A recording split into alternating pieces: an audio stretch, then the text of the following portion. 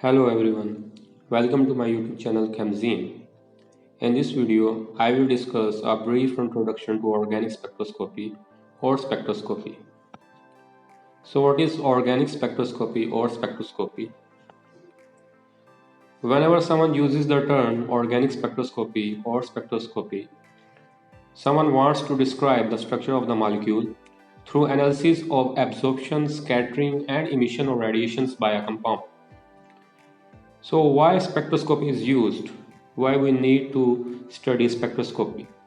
Spectroscopy is used in chemistry to detect, determine or quantify the molecular or structural composition of a sample. Different techniques are used to study or isolate the information about the provided molecule. These techniques are ultraviolet visible spectroscopy, which is UV visible, infrared spectroscopy, which is IR, nuclear magnetic resonance spectroscopy, which is NMR, and the mass spectrometry. I will discuss these types one by one in the next section. First, I will discuss a brief introduction or explanation of the given topics. Ultraviolet visible spectroscopy. An organic compound absorbs electromagnetic radiations in both ultraviolet and visible. In ultraviolet, it ranges from 10 to 400 nanometer, and in visible region, it ranges from 400 to 800 nanometer.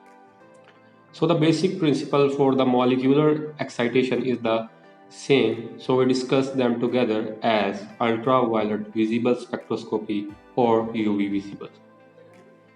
So the definition of the ultraviolet visible spectroscopy is an analytical technique used to measure the wavelength of UV light that is transmitted and absorbed by a molecule as compared to the reference molecule.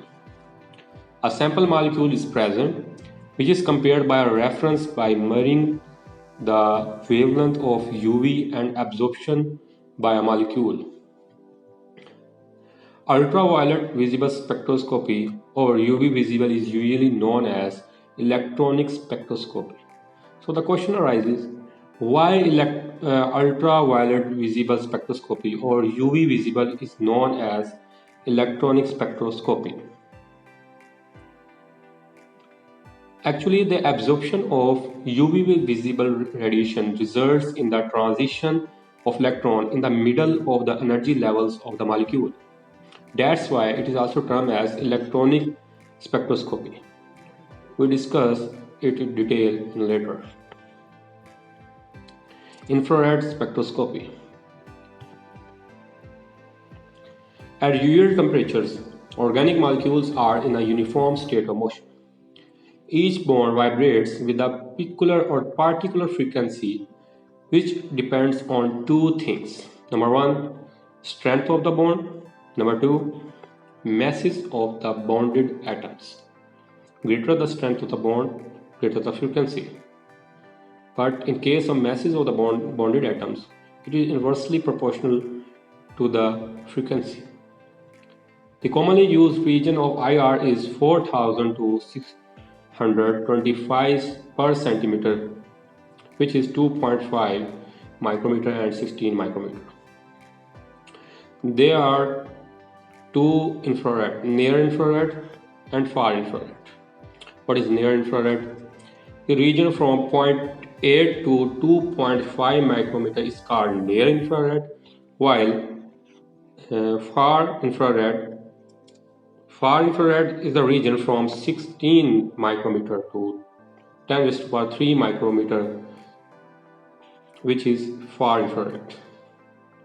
Now, from a chemistry point of view, what is infrared spectroscopy? So, according to the definition of infrared spectroscopy, it is a type of spectroscopy that deals with an IR region of the spectroscopy. IR region of the spectrum, as discussed, the spectrum in which the molecule absorbs longer wavelength and inferior or lower frequency of IR light is called infrared spectroscopy. The molecule absorbs a specific frequency according to the vibrational frequency of the bond. It is also known as vibrational spectroscopy due to the vibration of the atoms, molecules, and the bond. Why infrared spectroscopy is known as vibrational spectroscopy? The reason behind it is when IR light passes through an organic compound, some of the frequency is absorbed by the compound, while some are not absorbed by the compound. Those frequencies are absorbed which is equivalent to the vibrational frequencies of the bonds. That's why infrared spectroscopy or IR is also known as vibrational spectroscopy. Next is nuclear magnetic resonance spectroscopy, which is NMR. So what is nuclear magnetic resonance spectroscopy or NMR? Nuclear magnetic resonance spectroscopy (NMR) is the type of spectroscopy that deals with the magnetic property of atomic nuclei. Every nucleus carries a charge. Another nuclei spin about their axis in such a way that is parallel to that in such a manner that an electron spin about their axis. Sometimes the question arises, can nuclei not spin and what is the condition? So the question is, can nuclei not spin and what is the condition? Nuclei whose spin quantum number is 0 do not spin. So the symbol italic I is used to denote the spin quantum number.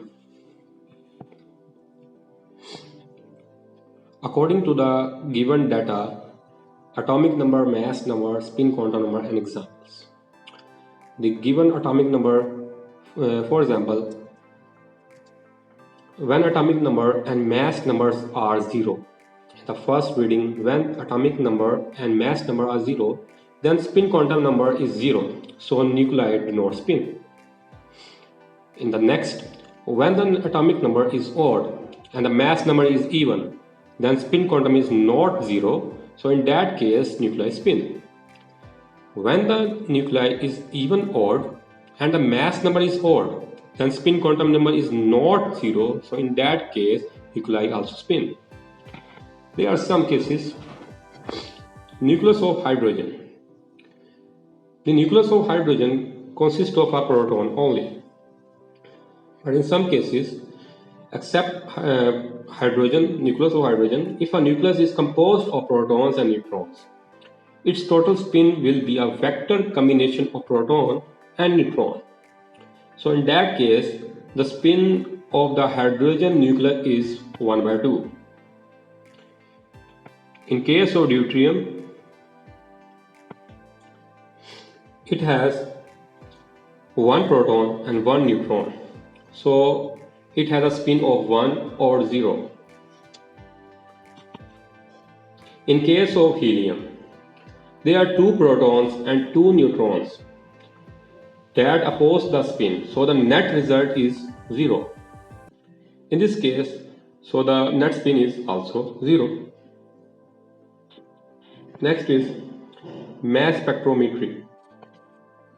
According to mass spectrometry, it is an analytical technique in which the production of gaseous ions occur from the substance and they are separated according to their mass to charge ratio and the relative abundance of these ions are measured. But sometimes the question comes to our mind why it is not called mass spectroscopy instead of mass spectrometry.